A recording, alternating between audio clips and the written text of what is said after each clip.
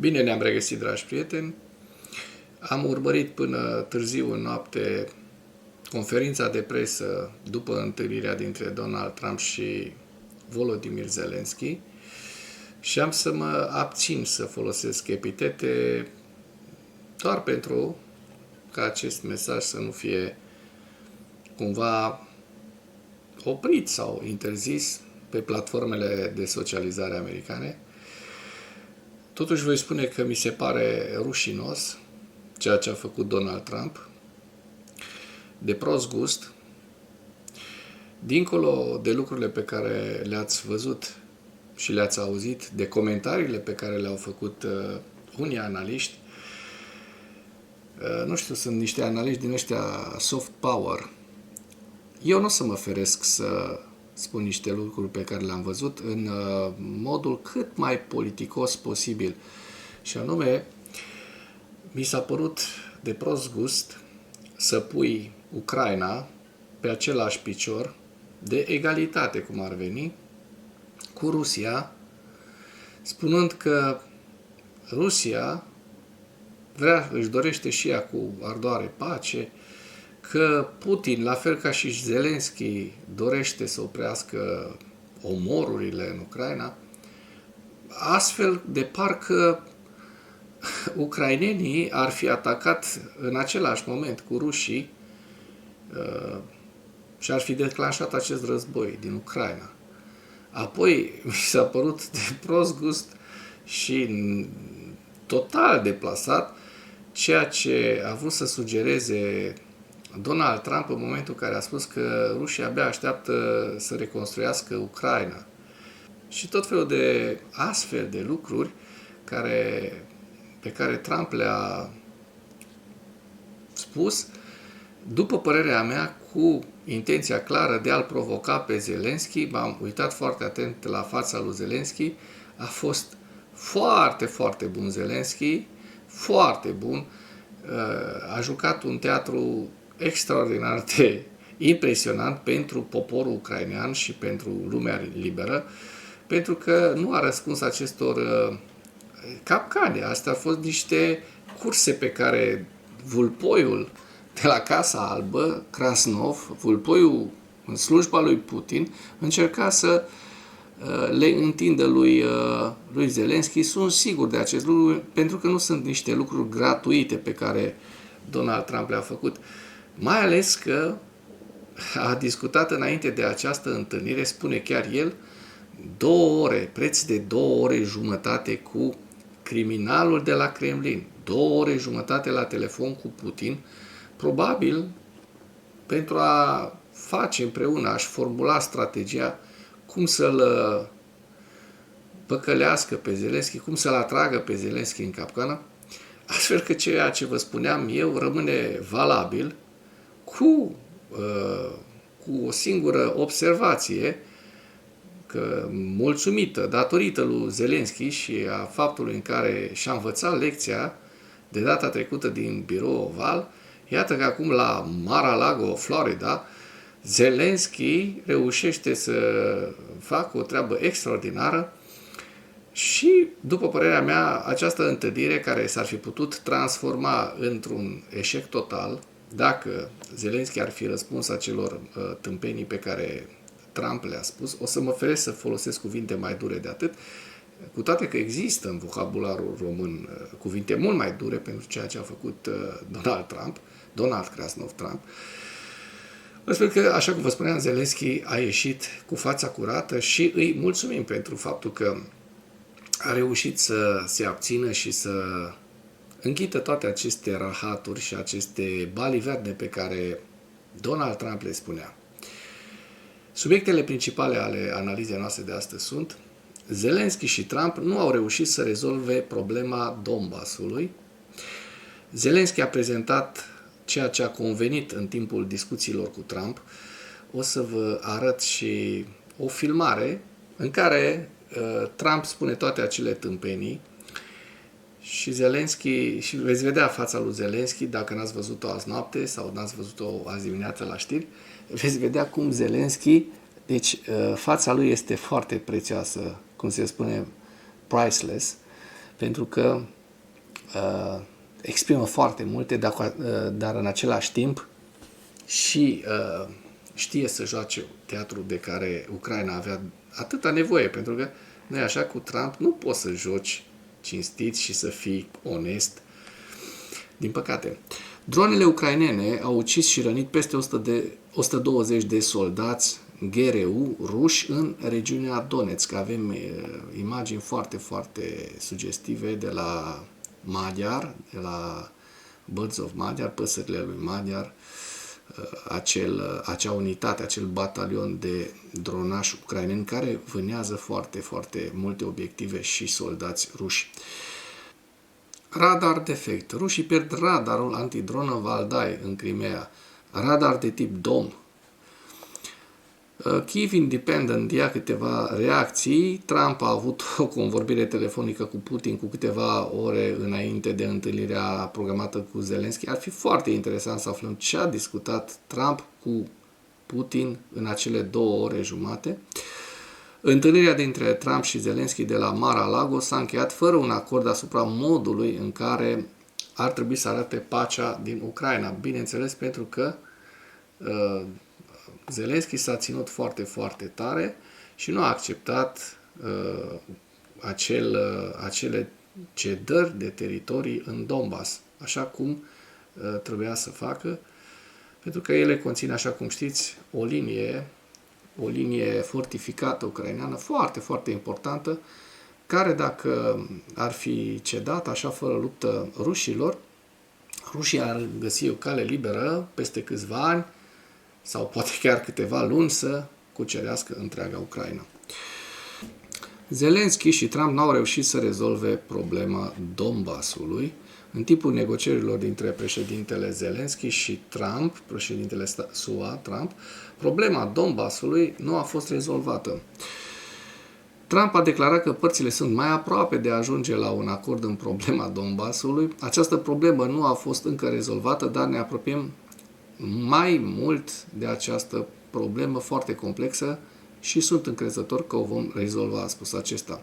Ca răspuns la comentariul unui jurnalist, conform căruia poziția Rusiei este ca Ucraina să părăsească întreaga regiune Donetsk, Trump a remarcat: asta vor ei, dar asta este încă o chestiune de discuție. Cred că ne îndreptăm în direcția corectă. La rândul său, Zelensky a numit și problema Donbassului foarte complexă. Cunoașteți poziția noastră, trebuie să ne respectăm legea, poporul, teritoriul, avem poziții complet diferite în această chestiune față de ruși, a spus acesta. Când vorbim despre un referendum, acesta ar putea fi una dintre chei. Există posibilitatea de a vota în Parlament sau de a organiza un referendum, a adăugat Zelensky. Dar ca să fie referendum trebuie să fie cel puțin un armistițiu de pace, pentru ca să se poată organiza un astfel de referendum. Altfel, în continuare, este în vigoare în Ucraina legea marțială. Zelensky a prezentat ce a convenit în timpul discuțiilor cu Trump. Sunt foarte curios, nu știu încă, n-am văzut acest material. Președintele Ucrainei, Volodymyr Zelensky, a susținut că Ucraina și SUA au finalizat aprobarea unui număr de documente în cadrul pachetului de pace. Declarația lui Zelensky l-au conferit la conferința de presă comună cu președintele Trump în urma discuțiilor de la președința lui Trump din Mar-a-Lago, în care Zelensky a explicat că s-a convenit în special asupra garanțiilor de securitate americane.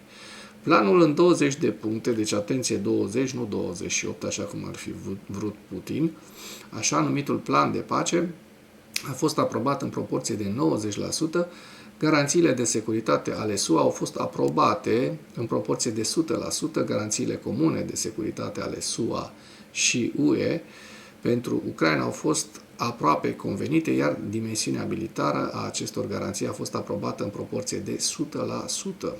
De asemenea, potrivit președintelui ucrainean, există documente la care se lucrează. Planul de prosperitate a Ucrainei este în curs de finalizare și discutăm de asemenea succesiunea acțiunilor, a declarat el. Anterior s-a anunțat că în SUA liderii vor conveni asupra succesiunii implementării prevederilor acordului de pace. Vreau să vă arăt ceva foarte, foarte interesant. So, in your conversation with President Putin, did you discuss what responsibility Russia will have for any kind of reconstruction of Ukraine post an agreement? I did. They're going to be helping. Russia's going to be helping. Russia wants to see Ukraine succeed. Once it sounds a little strange, but I was explaining to the president, President Putin was very generous in his feeling toward Ukraine succeeding, including supplying energy, electricity, and other things at very low prices. So a lot of good things came out of that call today. But they were in the works for 2 weeks with. Deci ați auzit, oameni buni, ce a zis acest Donald Krasnov. Acest Donald Trump a spus că Rusia ar vrea ca ucrainenii să reușească și că ar fi de acord întrebat fiind Donald Trump dacă Rusia va participa la proiectul de reconstrucție al Ucrainei, Trump a spus că cu siguranță rușii ar fi bucuroși să participe la acest plan de reconstrucție al Ucrainei și chiar ar da ar vinde Ucrainei electricitate. Dincolo de toată bârlănia lui Trump, așa cum spuneam, eu sunt 100% convins că a existat și o intenție vădită de a-l provoca pe Zelenski. Zelenski a văzut fața, zâmbea, s-a abținut. Mi-a plăcut foarte mult de Zelenski. Și-a șters toate păcatele din întâlnirea din biroul Oval, unde, așa cum vă spuneam, l-am criticat pentru că a căzut în capcana lui J.D. Vance și a tuturor celor oamenilor din administrația lui Trump. Era vădit o capcană întinsă de administrația Trump pentru a-l umili pe Zelenski și pentru a-l cumva a câștiga bunăvoința lui Putin. Iată și vești bune. Dronele ucrainene au ucis și rănit peste 120 de soldați GRU ruși în regiunea Donetsk.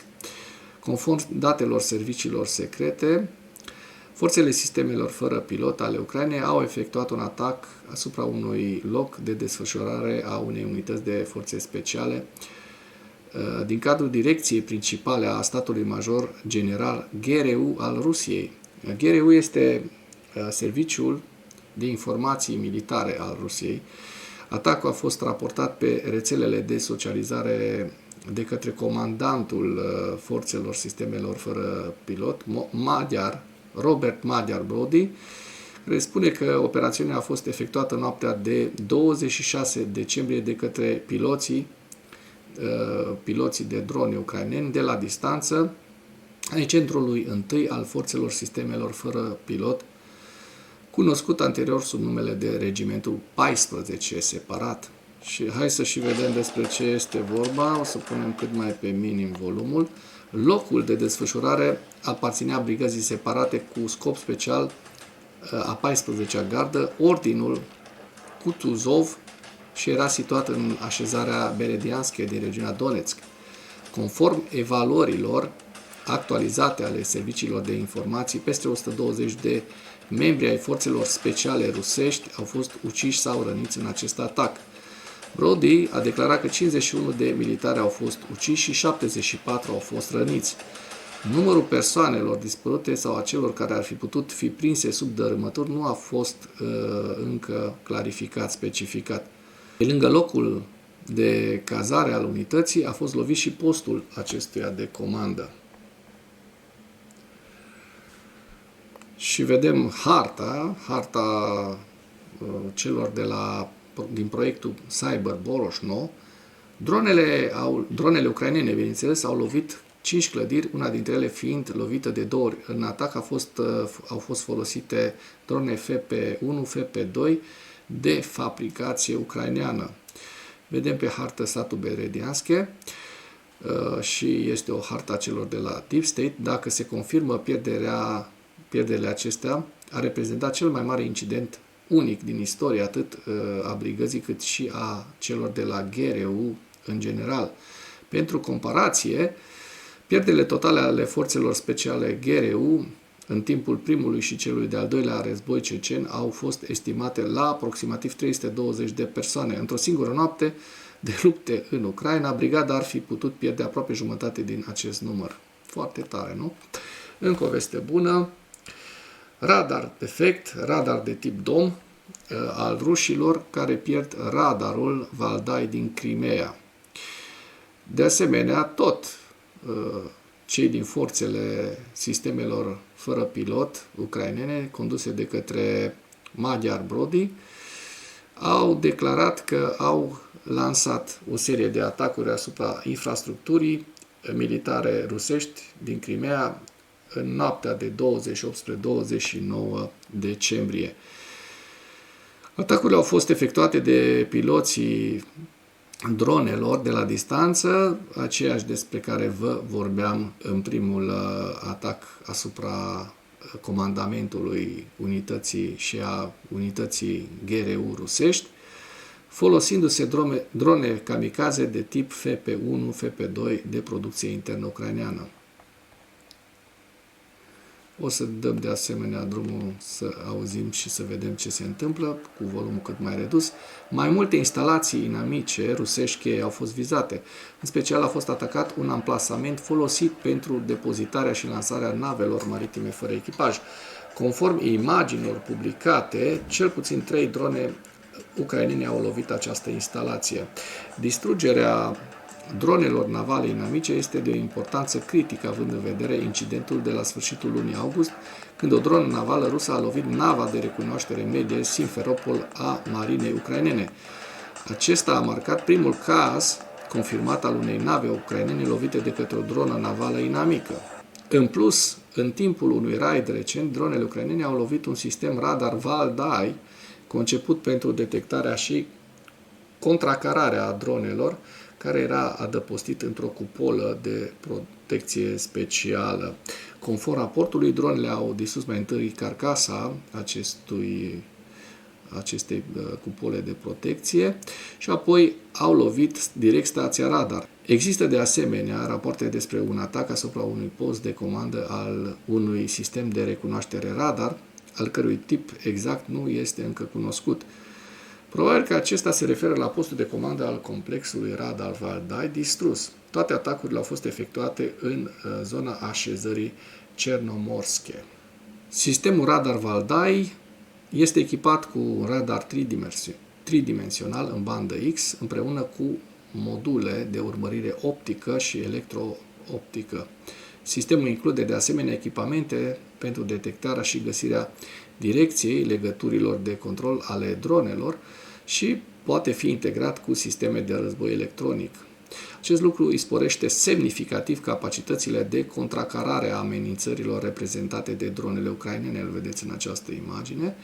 Componenta principală a sistemului este un radar de supraveghere 3D care funcționează în banda X cu o lungime de undă de aproximativ 3 cm. Acest radar este responsabil pentru funcționarea principală a sistemului, detectarea țintelor aeriene și formarea imaginilor radar aeriene. Utilizarea benzii X permite o detectare mai eficientă a obiectivelor mici, cu viteză redusă, tipice dronelor tactice. Bun. Cei de la Kyiv Independent nu mai am timp să vă prezint, dar spun niște lucruri foarte interesante despre faptul că Trump a ținut o convorbire telefonică cu Putin cu câteva ore înainte de întâlnirea programată cu Zelensky. Trump a declarat pe 28 decembrie că a avut o convorbire telefonică cu Putin înainte de întâlnirea programată cu Zelensky. Tocmai am avut o convorbire telefonică bună și foarte productivă cu președintele Putin al Rusiei înainte de întâlnirea mea cu președintele Zelensky, a scris Trump pe platforma sa Truth Social. Potrivit lui Trump, apelul ar fi avut loc mai devreme în cursul dimineții, înainte de începerea discuțiilor oficiale cu delegația ucraineană. Kremlinul a confirmat ulterior conversația purtătorul de cuvânt Dmitri Peskov, recunoscând apelul către presa de stat rusă Yuri Ushakov, care este consilierul lui Putin, a declarat că apelul a durat puțin peste o oră și a fost inițiat de partea americană. Deci Trump l-a sunat pe Putin, el spune că o oră, Trump spune că 2 ore jumate. Acum, noi nu știm cât a durat și ce Dumnezeu au discutat ei acolo. Cu siguranță nu lucruri foarte bune pentru Ucraina. Trecem la ziua 1405 a războiului din Ucraina.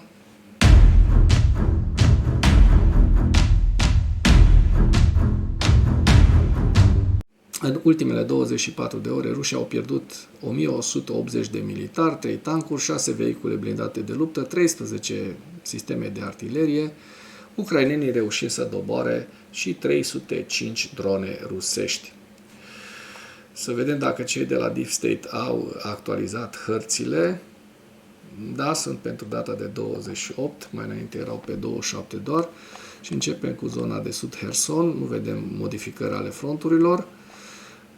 Mai către zona Zaporojie, știm că există modificări esențiale ale fronturilor și știm că în direcția Hulia-Iopole, vedem în această imagine, rușii au reușit să mai avanseze la sud și la est de Hulia-Iopole, așa cum se poate observa în această imagine. Rușii au avansat aproximativ 7-8 km pătrați în estimarea mea, în total, dar vedem că orașul, este un oraș mai mic, orașul Hulia-Iopole este destul de, în proporție destul de mare în mâinile Ucrainei. Eu estimez aproximativ 70-80% din oraș că este în posesie ucraineană. Potrivit acestor hărți ale celor de la Deep State, și astfel mai demontăm o dezinformare, o minciună rusească, potrivit căreia rușii ar fi cucerit Hulia-Iopole și se bucurau foarte tare, săreau într-un picior putiniștii de acum 2 săptămâni. Alaltă, din nou, am fost bombardat cu tot felul de informații că au cucerit putiniștii, că au cucerit rușii acest oraș. Putiniștii se bucurau.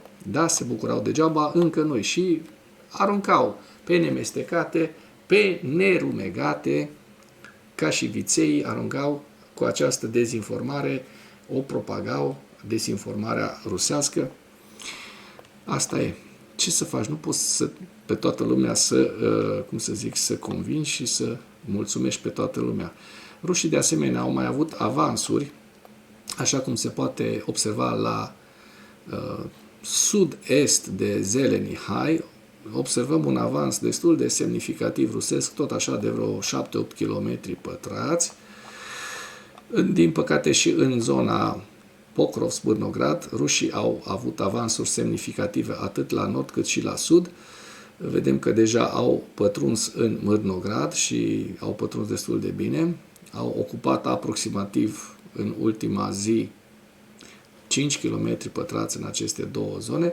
Deci, în total, avansul rusesc, mai dăm un ochi să vedem dacă n-au existat și alte avansuri.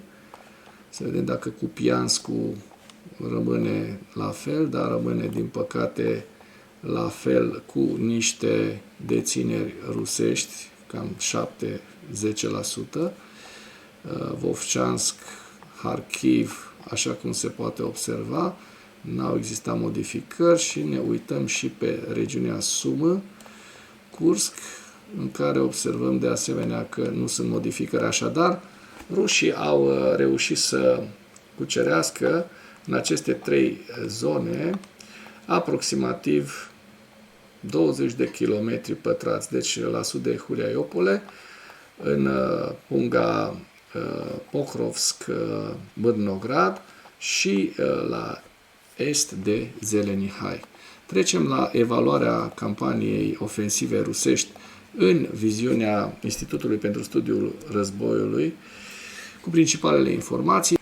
Delegațiile americane și ucraineană s-au întâlnit la Florida pe 28 decembrie pentru a discuta cel mai recent plan de pace în 20 de puncte dintre SUA, Ucraina și Europa, precum și alte documente legate de o posibilă înțelegere de pace. Declarațiile recente ale Kremlinului sunt în contradicție cu mai multe dintre pozițiile prezentate de Trump ca bază pentru încheierea războiului.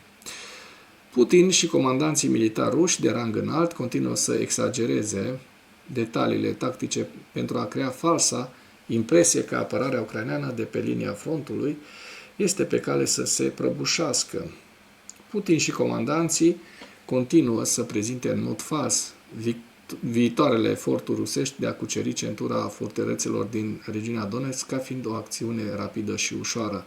De fapt, nu este, pentru că dacă ar fi, n-ar insista așa de mult ca Zelenski să predea întregul Donbass rușilor, da?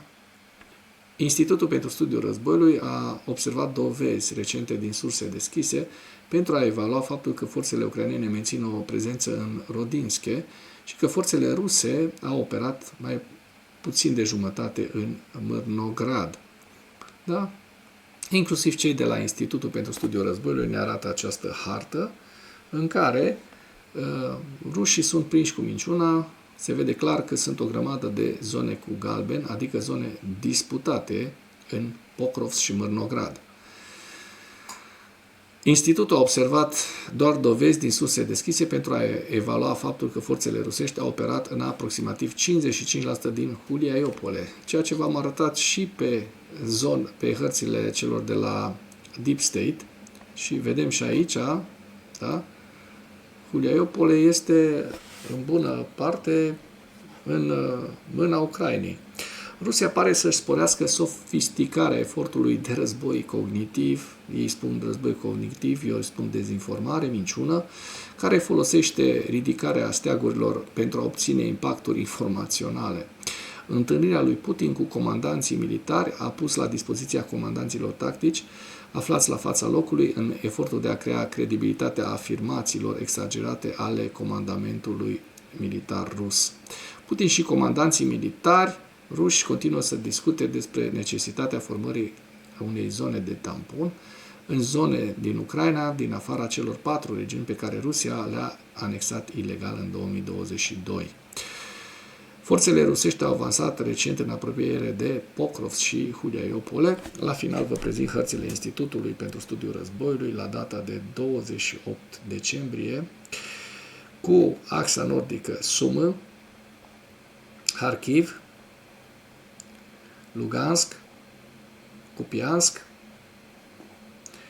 Donetsk, Siversk, Dobropilea și axa sudică Zaporojie și Herson. Și cu acest ultim detaliu închei materialul nostru de astăzi cu îndemnul: dacă ați găsit informații utile în acest videoclip, nu ezitați să-l distribuiți pentru a ajunge la cât mai multă lume. Mulțumesc!